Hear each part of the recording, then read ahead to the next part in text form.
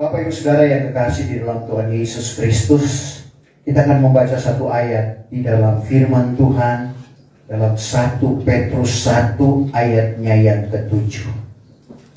Dan untuk menghormati pembacaan firman Tuhan, saya jemput Bapak Ibu Saudara sekalian untuk berdiri. 1 Petrus 1 ayat yang ke-7. Dalam Alkitab terjemahan lama berkata demikian. Sekali lagi 1 Petrus 1 ayat yang ke-7. Supaya kesungguhan imanmu yang diuji itu, yang lebih indah daripada emas yang akan binasa, walaupun berlebur uji dengan api, didapati mendatangkan puji dan kemuliaan serta kehormatan pada masa Yesus Kristus kelihatan kelak. Terima kasih, puji Tuhan. Silakan duduk.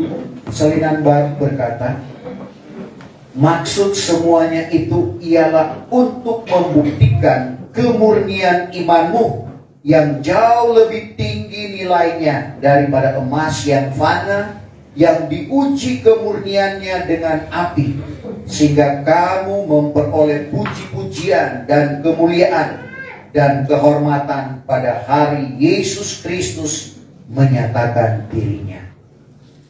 Puji Tuhan, firman Tuhan yang kita baca dan kita dengar pada pagi hari ini adalah suratan dari Rasul Petrus yang ditujukan kepada orang-orang pilihan yang ada pada zamannya, yang bertaburan di Pontus, Galatia, Kapadokia, Asia, dan Bithenia.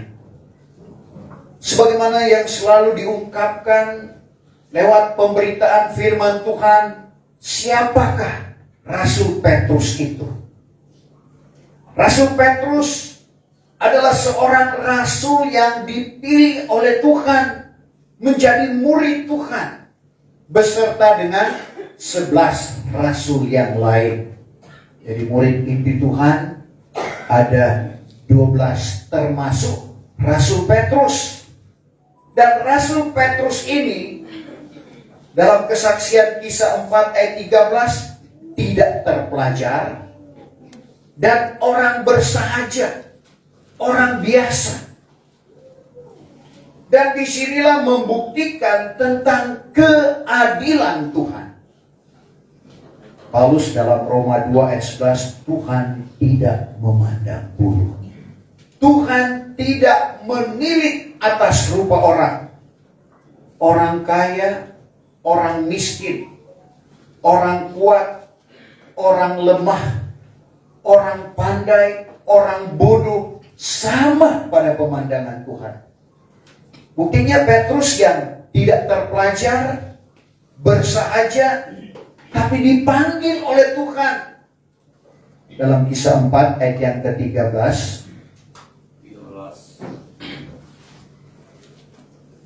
Tak kala mereka itu melihat keberanian hati Petrus dan Yahya itu. Dan kala mereka melihat keberanian Petrus dan Yahya, serta pula tampak tiada berpelajaran, nampak tiada terpelajar atau tidak berpelajaran, dan orang yang bersahaja, orang biasa, orang sederhana. Heran sekaliannya. Maka barulah dikenalnya keduanya bahwa dahulu mereka itu bersama-sama dengan Yesus. Dan lebih luar biasa lagi, kedua orang ini yang tidak terpelajar, bersahaja, tetapi ada pemberian khusus yang Tuhan anugerahkan di dalam kehidupan kedua rasul.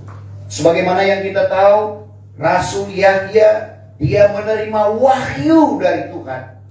Rasul Petrus menerima anak kunci, seperti yang dikatakan oleh Tuhan Yesus dalam Matius 16 ayat 19. Tentunya ada alasan kenapa Tuhan mempercayakan Rasul Petrus ini anak kunci kerajaan sorga.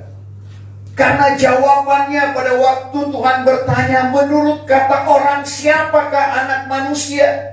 Artinya siapakah Tuhan ini? Lalu mereka mulai menjawab, ada yang bilang Elias, ada yang bilang Coba kita baca dalam Matius pasal 16 ayat 13 mulai. Setelah sampai Yesus ke jajahan Kaisaria Filipi, bertanyalah ia kepada murid-muridnya. Yesus katanya, bertanya kepada murid-muridnya, menurut kata orang, siapakah anak manusia? siapakah aku ini? Siapakah anak manusia? Yang dimaksud anak manusia di sini adalah dia sendiri. Maka berkatalah mereka itu. Murid-muridnya mulai menjawab. Ada yang mengatakan Yahya Pembaptis. Ada yang katakan dia adalah Yahya Pembaptis. Dan ada yang mengatakan Elias. Ada yang mengatakan Elias. Ada pula yang mengatakan Yeremia. Ada yang mengatakan Yeremia.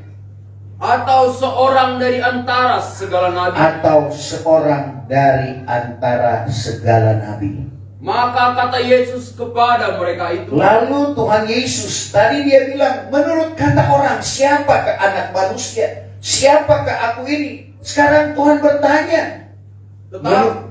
Tetapi kata kamu ini, siapakah aku? Tetapi kata kamu, kata murid-murid, Tuhan bilang, menurut kamu, siapakah aku ini? Maka sahut katanya, Petrus yang notabene-nya tidak terpelajar, bersahaja, dia yang menjawab. Tuhanlah Kristus, anak Allah yang hidup. Tuhanlah Kristus, anak Allah yang hidup. Lalu jawab Yesus serta berkata kepadanya, berbahagialah engkau, hai Simon anak Yunus, karena bukannya keadaan manusia yang menyatakan hal itu kepadamu, melainkan Bapa-Ku yang di sorga. Sehingga di dalam ayat yang ke-19, maka aku akan memberi kepada engkau anak kunci kerajaan sorga.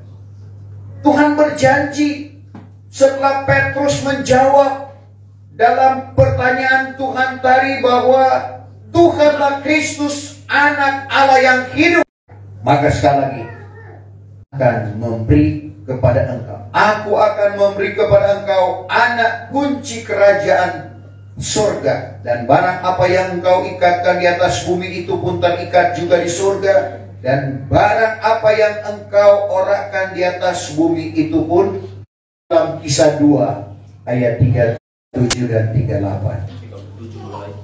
Setelah didengarnya demikian, setelah mendengar khotbah Petrus, maka pedihlah hati orang sekalian. Pedih hati orang yang mendengar khotbah yang diurapi. Lalu berkatalah mereka itu kepada Petrus dan rasul-rasul yang lain itu. Mereka berkata kepada Petrus dan rasul-rasul yang lain itu, hai tuan-tuan dan saudara hai sekalian, tuan-tuan dan saudara sekalian, apakah yang wajib kami perbuat? apakah yang harus kami perbuat? Maka kata Petrus kepada mereka itu, Petrus yang memegang anak kunci kerajaan sorga, membuka rahasia keselamatan di zaman Roh Kudus ini, di mana Bapak Ibu saya dan saudara hidup. hendaklah kamu bertobat. Pertama, hendaklah kamu bertobat.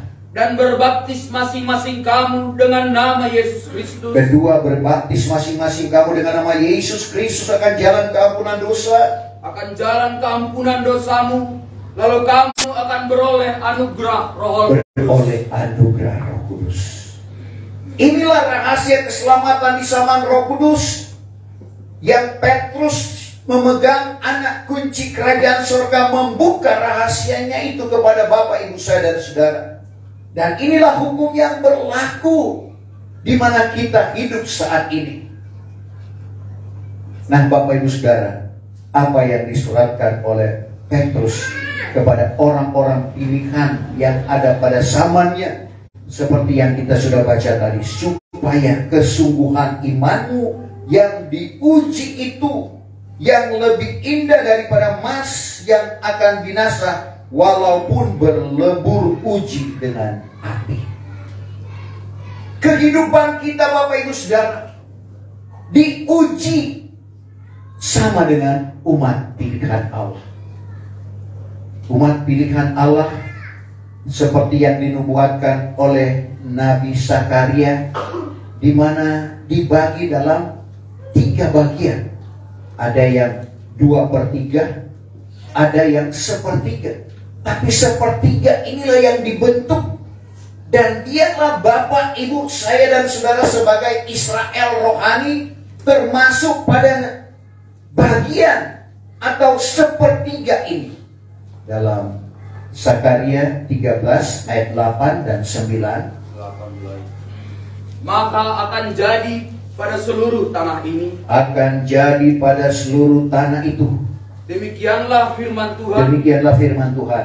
Dua bahagian daripadanya akan ditumpas. Dua bagian daripadanya akan ditumpas. Dan putus nyawanya. Putus nyawanya. Hanya sepertiga akan tinggal padanya. Sepertiga akan tinggal padanya, ayat 9. Maka sepertiga akan kumasukkan ke dalam api. Sepertiga akan dimasukkan ke dalam api. Dan menyucikan dia seperti disucikan oleh akan perak. Saya ulangi. Dan disucikan orang akan perak. Dan menguji dia seperti diuji orang akan emas. Maka ia itu akan menyebut namaku. Dan aku pun mendengar akan dia.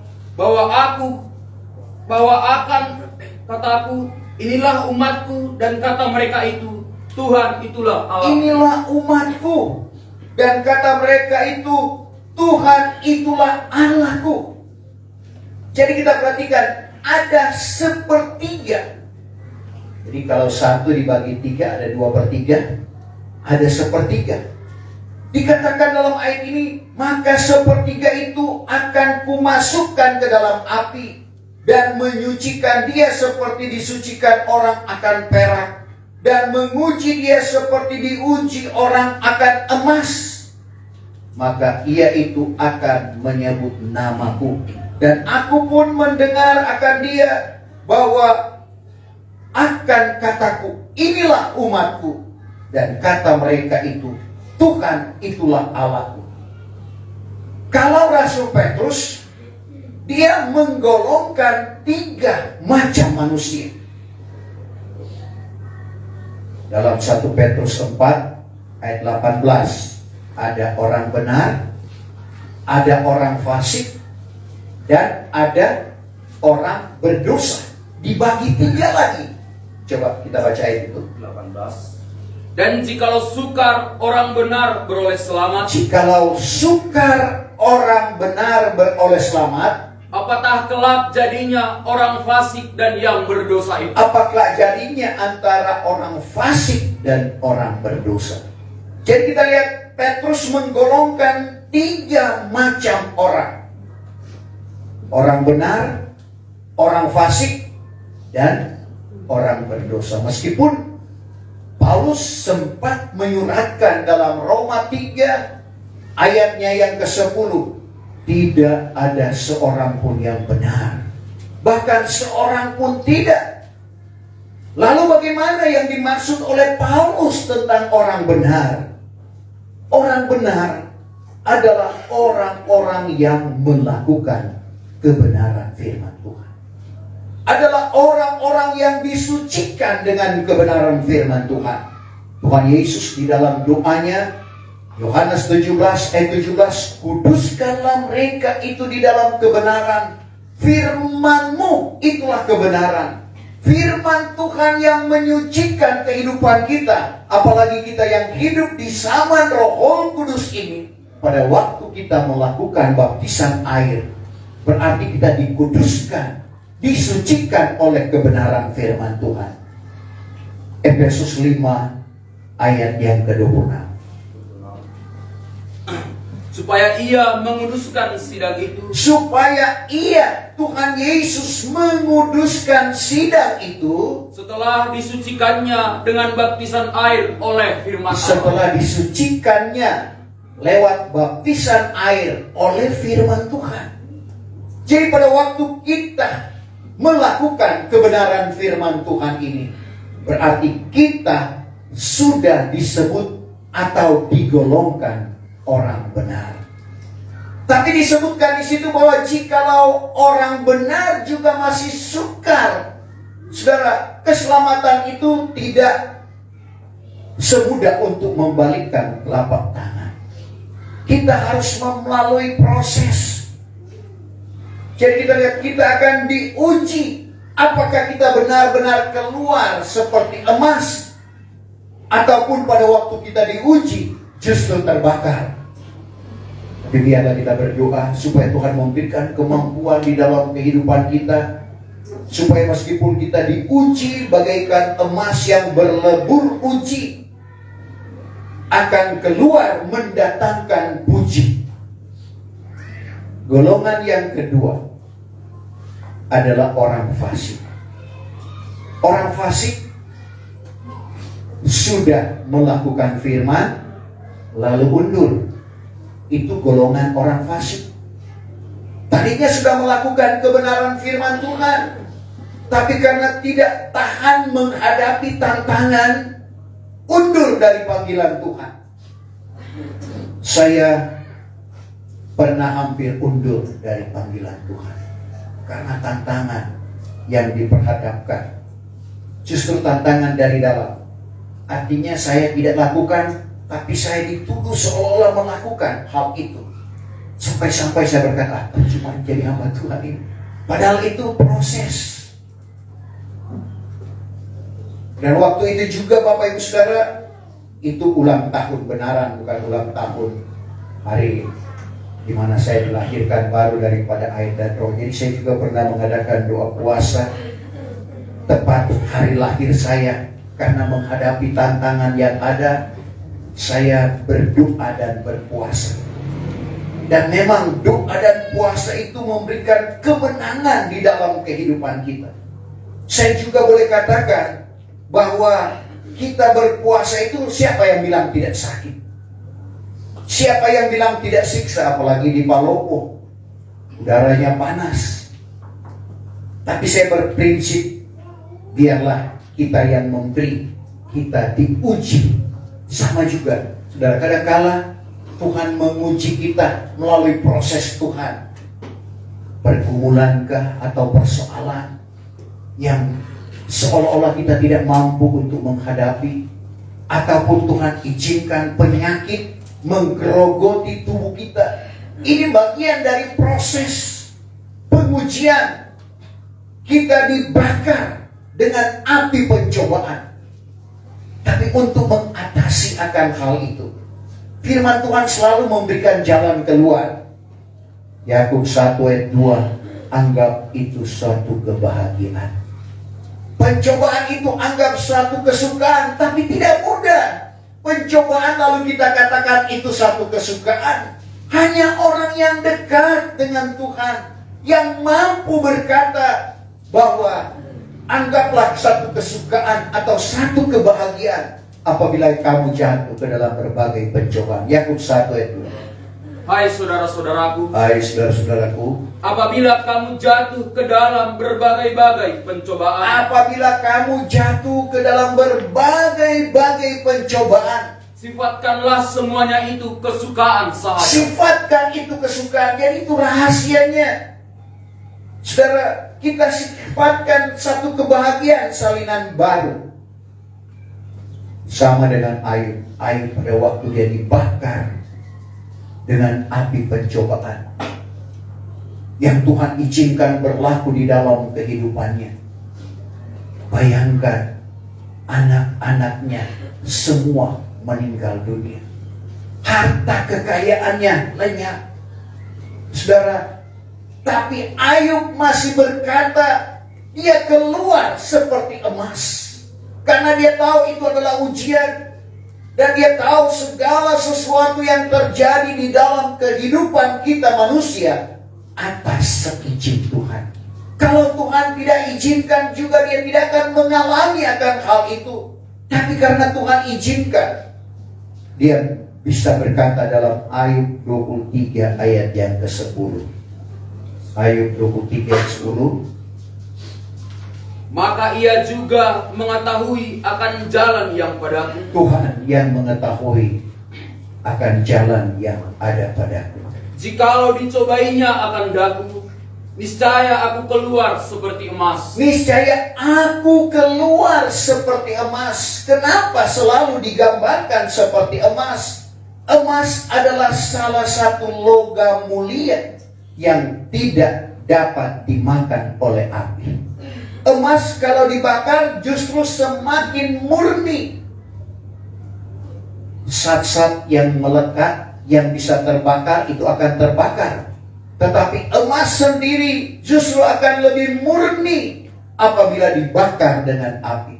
Demikian juga dengan iman kita. Tuhan murnikan dengan mengizinkan sesuatu yang mungkin menyakitkan kita, Bapak Ibu Saudara. Kadang-kala firman Tuhan datang seperti api, menerpa kehidupan kita, sehingga kegelisahan itu datang di dalam kehidupan kita. Saudara, supaya benar-benar kita pasrah kepada Tuhan. Saya juga pernah mengalami hal itu, Bapak Ibu Saudara. Saya pikir, tinggal sebentar lagi hidup ini. Tapi saya panggil Gustaf, doakan. Bapak Ibu Saudara, kadang-kadang Tuhan izinkan sekali lagi, ini merupakan proses di dalam kehidupan kita. Supaya benar-benar kita harus mengandalkan Tuhan. Tidak ada apa-apa kita, Bapak Ibu Saudara. Tapi kalau kita bersandar kepada Tuhan, kita akan lihat bagaimana pembelaan demi pembelaan yang Tuhan nyatakan. Dan orang yang ketiga adalah orang yang berdosa, sama sekali tidak melakukan firman Tuhan. Yang kedua tadi fasik, tahu lalu tidak lakukan, itu juga disebut sebagai orang fasik. Sebab itu Yakobus mengungkapkan, kalau kita tahu baik lalu kita tidak lakukan, itu dosa. Ini golongan orang fasik. Yakub 4 ayat 17. Sebab itu, jikalau orang yang tahu berbuat baik, kalau orang tahu berbuat baik, padahalnya tiada diperbuatnya, padahal tidak diperbuatnya, maka menjadi dosalah baginya. Menjadi dosa. Tahu, tapi tidak lakukan, itu juga merupakan dosa. Dan kita akan digolongkan orang fasik. Tapi tentunya kita di sini ingin supaya kita digolongkan orang benar. Karena orang benar inilah yang akan diselamatkan. Jadi kita perhatikan, Nabi Zakaria mengungkapkan tentang sepertiga yang dibakar atau diuji dengan api. Petrus menggolongkan 3 macam orang. Orang benar, orang fasik, dan orang berdosa. Dan Tuhan Yesus juga menggolongkan 3 macam gereja. Gereja mengandung, gereja menyusui, dan gereja terpilih. Rahasianya dalam Matius 24 ayat 19. Berbicara tentang perempuan di sini adalah berbicara tentang gereja Tuhan. Coba untuk jelasnya kita baca Matius 24 ayat 19 sampai 22. 19 mulai.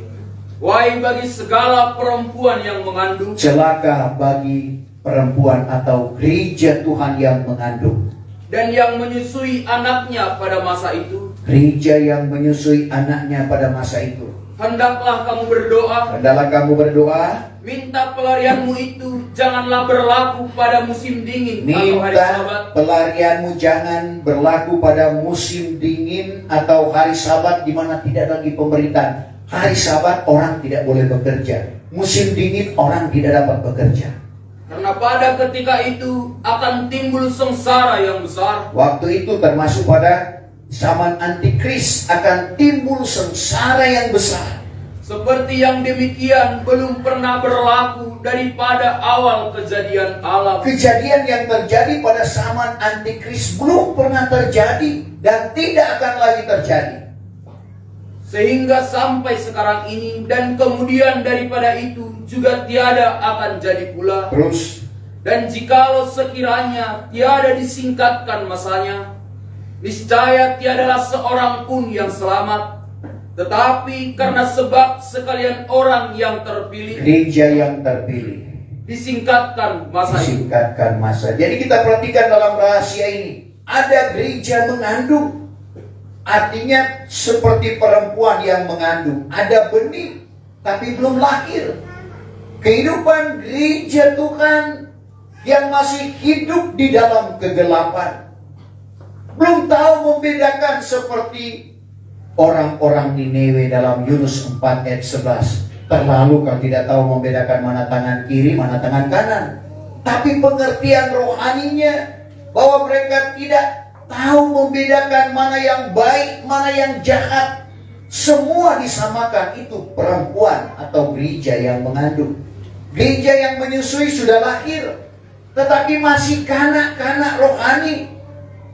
Kalau kanak-kanak rohani, Bapak Ibu Saudara, dan gereja mengandung dikatakan minta pelarianmu, lari dari golongan gereja mengandung, lari dari golongan gereja menyusui atau kanak-kanak rohani. Dalam arti kata langsungkan kepada kesempurnaan, langsungkan kepada pendewasaan rohani, seperti rahasia Ibrani 6. Kita lihat jemaat Ibrani tadinya mereka juga masih tergolong kanak-kanak rohani. Dalam Ibrani 5 ayat 12, ditinjau dari sudut waktu, kata Paulus, patut kamu menjadi guru. Ditimbang lamanya jemaat Ibrani seharusnya menjadi guru, tapi masih diajarkan alif bata atau dasar-dasar firman Tuhan. Itu pasal yang kelima. Pasal ke-6, Paulus ajar mereka berhenti dari pengajaran dasar. Kalau sudah bertobat, langsungkan pada kesempurnaan. Berhenti bicara soal baptisan. Kalau sudah dibaptis, langsungkan untuk menerima anugerah-anugerah Roh Kudus. Dan ternyata jemaat Ibrani mendengar apa yang dinasihatkan oleh Paulus. Buktinya pada pasal yang ke-12, Paulus katakan dalam ayat 22, kamu sudah datang ke negeri Allah yang hidup, yaitu Yerusalem di sorga. Bukan Yerusalem yang ada di Palestina, tapi Yerusalem di sorga. Bagaimanakah jemaat Ibrani ini bisa sampai ke Yerusalem di sorga? Tentunya dengan karunia Roh Kudus.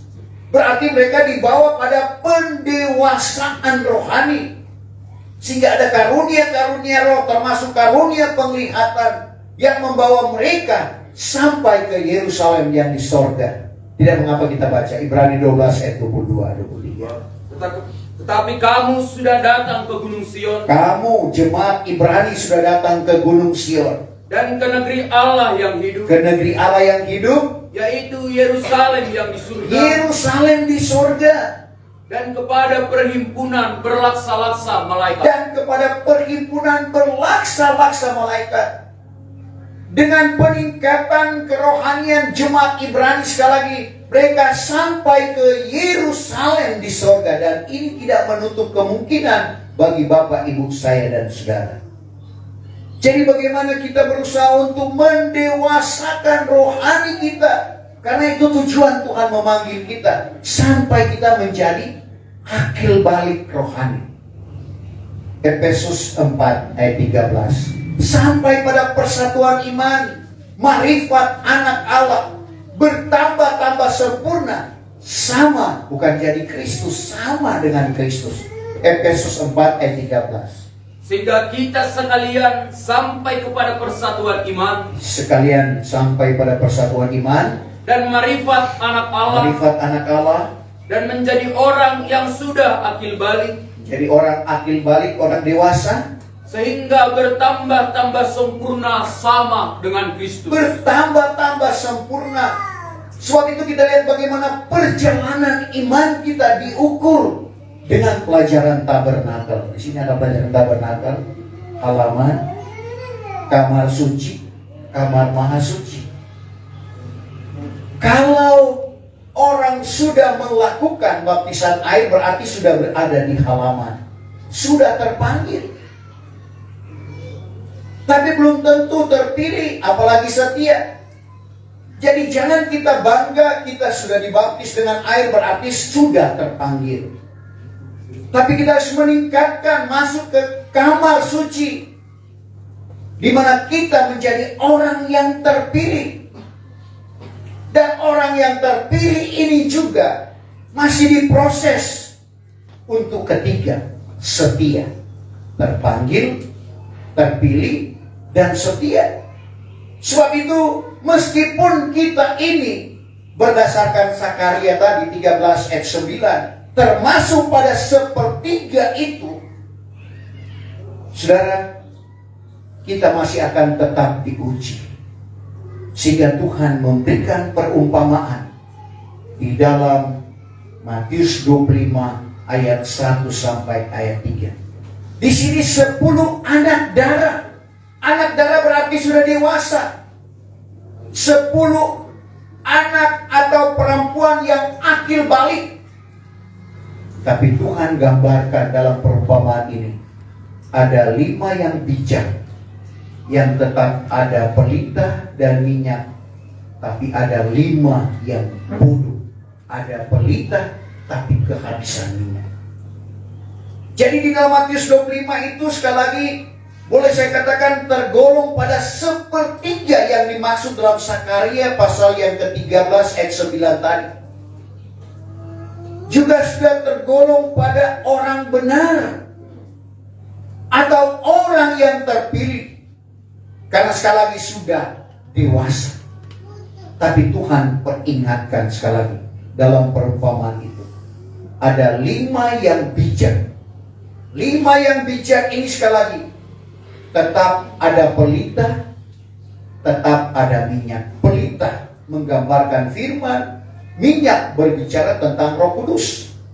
Jadi meskipun sudah dewasa rohani, sudah menerima Roh Kudus, kalau sampai kehilangan minyak, kehabisan minyak, jadi seperti 5 anak darah yang bodoh. Sebab itu biarlah kita tetap di dalam firman, tetap di dalam rohnya. Kita pelihara firman, pelihara Roh Kudus yang Tuhan anugerahkan di dalam kehidupan kita, supaya kita jadi 5 anak darah yang bijak. Untuk itu sekali lagi, di dalam ayat pembacaan pokok kita, apa yang dikatakan oleh Petrus, supaya kesungguhan imanmu yang diuji itu, yang lebih indah daripada emas yang akan binasa, walaupun berlebur uji dengan api, didapati mendatangkan puji dan kemuliaan serta kehormatan pada masa Yesus Kristus kelihatan kelak. Artinya, pada waktu Tuhan Yesus datang, di mana Dia akan menyuruhkan malaikatnya untuk meniupkan sangkakala yang besar. Kalau kita tidak mengalami kematian sampai pada meterai yang ke-6, berarti kita akan berjumpa dengan Dia. Meskipun kita perhatikan orang-orang yang ada yang tertinggal di bumi, Matius 24 ayat 30-31, coba.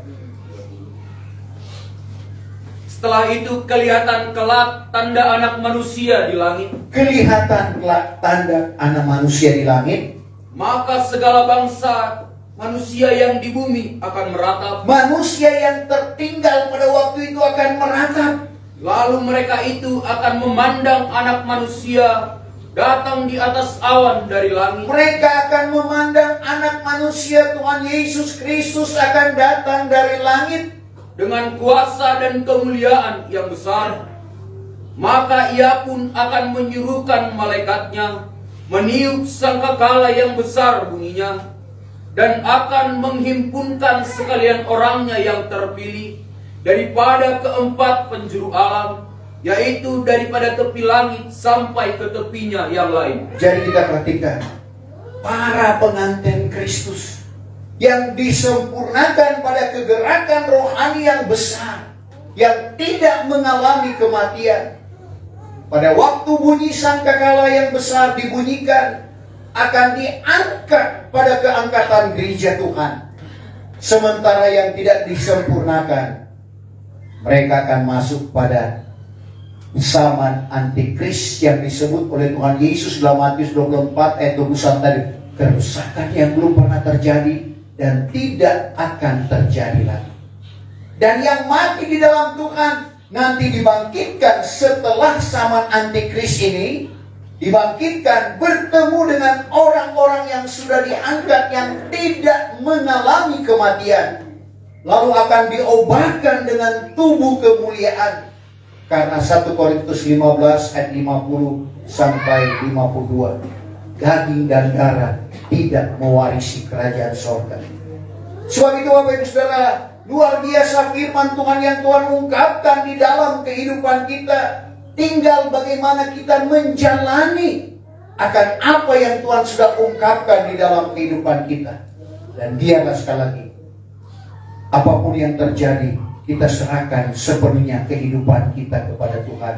Sehingga meskipun kita diproses, diuji, dibakar bagaikan emas yang berlebur uji, tetap mendatangkan puji. Tuhan kiranya memberkati firman Tuhan pada pagi hari ini. Mari kita masuk di dalam doa dan penyembahan.